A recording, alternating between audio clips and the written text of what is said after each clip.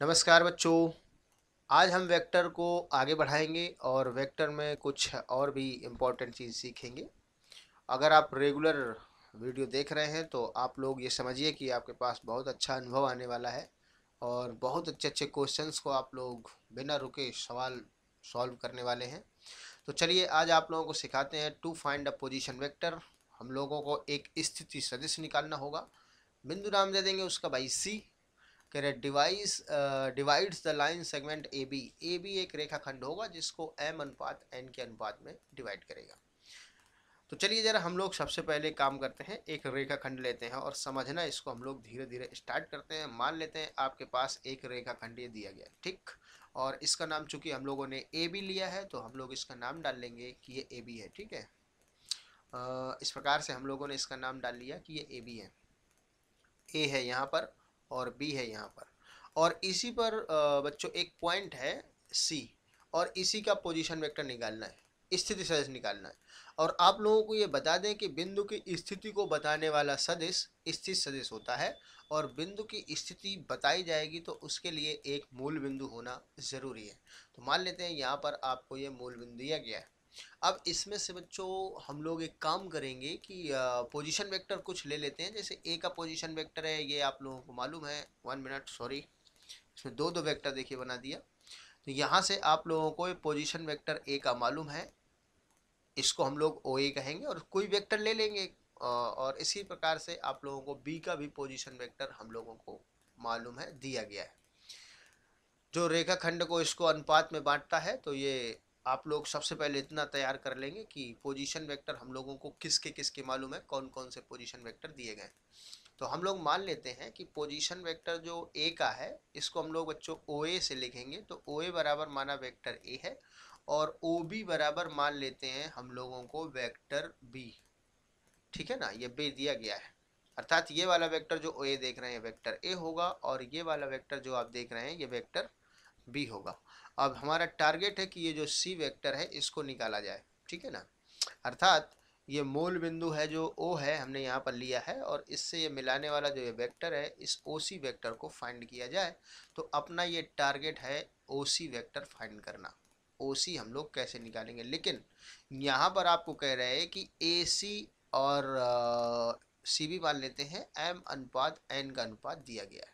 That is एक चीज़ और आप लोगों को पता है कि ए सी अनुपात रेशियो और C B equal to M अनुपात एन ये दिया गया है। तो बच्चों यहाँ पर हम लोगों को ओ ए और ओ बी दो वेक्टर दिए गए हैं, और यहाँ पर आपको सी का पोजीशन वेक्टर यानी स्थित सदिश ओ सी वेक्टर आपको निकालना है, और इसमें अनुपात दिया है। तो आप लोग बताइए जरा, इसको हम लोग लिख सकते हैं ए सी अपॉन सी बी, की नहीं लिख सकते हैं? बराबर हो जाएगा एम अनुपात एन, तो एम अपॉन एन हो जाएगा।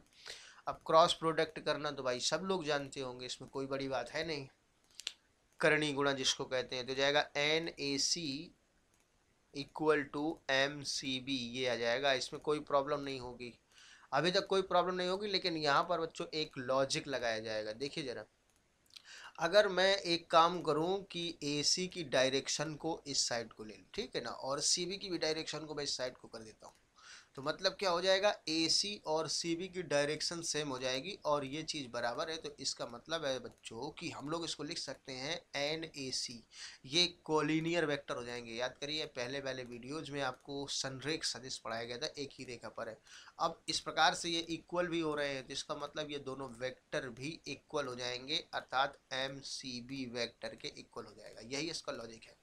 और इसके पहले वाला वीडियो अगर आप लोगों ने देखा हो तो बताया गया था कि अगर मान लीजिए कि ए सी वेक्टर निकालना चाहते हो तो उसमें हो जाएगा एन, अर्थात position vector of C minus position vector of ए।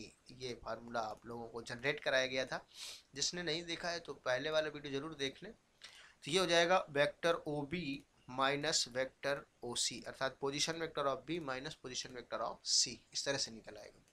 अब मैं यहाँ से इसका जो है मल्टीप्लाई करा देंगे, क्या बन जाएगा भाई, ये हो जाएगा एम ओ सी और माइनस एन वेक्टर ओ ए। तो अब इसी प्रकार से यहाँ भी आप मल्टीप्लाई करेंगे तो एम ओ बी वेक्टर और minus M O C vector, ये हो जाएगा। अब चूंकि वेक्टर ओ सी को फाइंड करना है तो ओ सी को एक साइड हम लोग कर लेते हैं। तो आप ही बताइए जरा क्या हो जाएगा, N vector O C plus M vector O C एक तरफ आ जाएगा, और ये हो जाएगा एम वेक्टर ओ बी और plus N vector O A, इस प्रकार से हो जाएगा।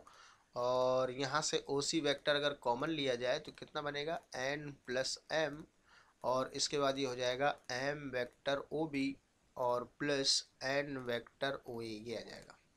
बिल्कुल सिंपल है, आप देख रहे हैं। तो यहाँ से मिल जाएगा O C is equal to, ओ सी अगर वेक्टर निकालना चाहते हो तो एम वेक्टर ओ बी है।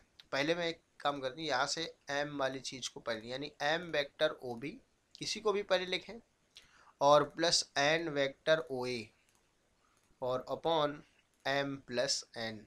तो आप लोगों ने ये देखा कि किस प्रकार से हम लोग जो है, अगर कोई अनुपात में बांटने वाला अगर वेक्टर है, एक लाइन सेगमेंट है ए बी है आपके पास, ए बी को अगर पॉइंट सी पर अगर एम और अनुपात एन के अनुपात में बांटने वाला, रेशियो में बांटने वाला कोई अगर वेक्टर है सी, तो उसका आप लोग इस चीज़ से निकाल सकते हैं।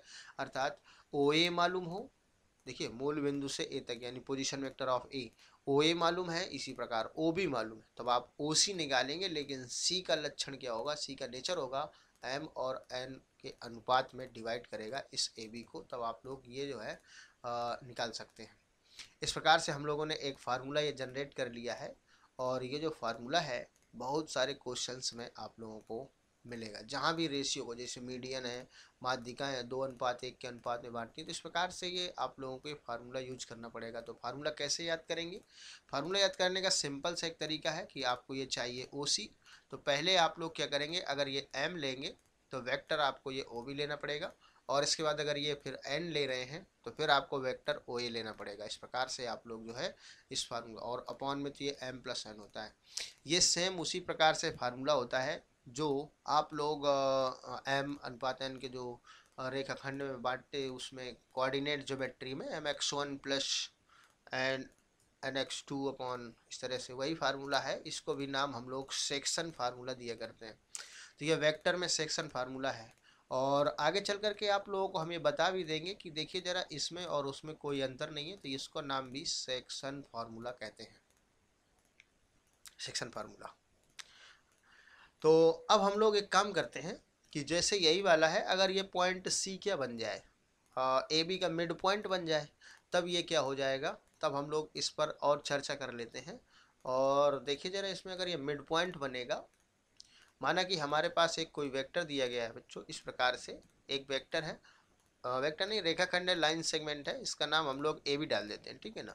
और इस ए बी का मिड पॉइंट है, ये मध्य बिंदु है सी, तब आप जानते हैं अगर मिड पॉइंट होगा तो मतलब ए सी जो होगा वो सी बी के क्या हो जाएगा, इक्वल होगा। अर्थात ये जो ए सी है और इसका जो रेशियो आएगा सी बी का, ये 1:1 हो जाएगा। अर्थात एम अनुपात एन जो आप लोगों ने लिया है ये 1 बन जाएगा। तो उस केस में अगर सी का हम लोग पोजीशन वेक्टर निकालना चाहें, माना कि ये मूल बिंदु है ओ है, यहाँ से अगर सी का पोजीशन वेक्टर निकालना चाहते हो, देखिए हम एक बार आपको बता देते हैं। जैसे मान लेते हैं कि ये वेक्टर आप लोगों को ए दिया गया है, इस प्रकार से ओ ए वेक्टर हो जाएगा, और दूसरा ओ बी भी आप लोगों को दिया गया है, ठीक है ना। जैसे इस वेक्टर को हमने लिखा कि ये वेक्टर है क्या, O A is equal to vector A है, O A is equal to vector A है, और O B is equal to है हमारे पास vector B, O B is equal to vector B. तो ओ सी आप लोगों को निकालना है, लेकिन सी यहाँ पर मिड पॉइंट है, तो ओ सी टारगेट है, इसको हम लोग निकालना चाहते हैं। तो ओ सी निकालने के लिए क्या प्रोसेस फॉलो करोगे, तो फॉलो प्रोसेस तो वही होगा जो अभी आप लोगों ने फार्मूला ड्राइव किया है, अनुपात। लेकिन अनुपात यहाँ 1:1 का हो जाएगा, तो एम और एन दोनों की वैल्यू 1:1 हो जाएगी। मतलब यहाँ पर m बराबर भी आप लोग 1 ले लेंगे और n बराबर भी 1 ले लेंगे। तो ओ सी अभी आप लोगों ने फार्मूला किया है, इससे हम लोग जो है निकाल सकते हैं। हमने कहा था पहले आप लोगों को m लेना है, तो m चूँकि 1 है तो 1 इंटू और उसके बाद ओ बी वेक्टर लेंगे, ये वेक्टर ओ बी हो जाएगा, प्लस 1 इंटू ओ ए वेक्टर हो जाएगा सेम पैटर्न पर, और ये हो जाएगा 1+1। अर्थात इस समय मिड पॉइंट का अगर पोजीशन वेक्टर निकालना हो तो ये हो जाएगा ओ ए वेक्टर और प्लस ओ बी वेक्टर और अपॉन 2। अगर मैं यहाँ पर वैल्यू इसकी रख दूँ तो क्या बन जाएगा, O C vector is equal to vector A plus vector B by two. इस प्रकार से अगर एंड पॉइंट के आपको किसी रेखाखंड के अंत बिंदुओं के पोजीशन वेक्टर्स मालूम है तो उसके मिड पॉइंट का पोजीशन वेक्टर आप लोग निकाल सकते हैं, स्थिति सदिश निकाल सकते हैं।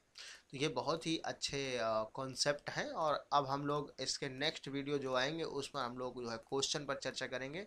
और पहले हम लोगों ने जो ये इतना पढ़ा है इसी के क्वेश्चन सॉल्व करेंगे, उसके बाद नेक्स्ट कॉन्सेप्ट पढ़ेंगे। आप लोग लगातार देख रहे होंगे कि हमने सारे कॉन्सेप्ट ही अभी तक बताए हैं और ऐसा कोई वीडियो नहीं आया है जिसमें कोई क्वेश्चन भी सॉल्व कराया जाए। तो इम्पॉर्टेंट जो एग्ज़ाम से रिलेटेड हैं, अच्छे क्वेश्चन हैं, उनको हम लोग शामिल करेंगे। तो आज के वीडियो में तो इतना ही, लेकिन आगे आप लोग बने रहिए, देखते रहिए और अपने इस नॉलेजफुल वीडियो को मज़ा लेते रहिए।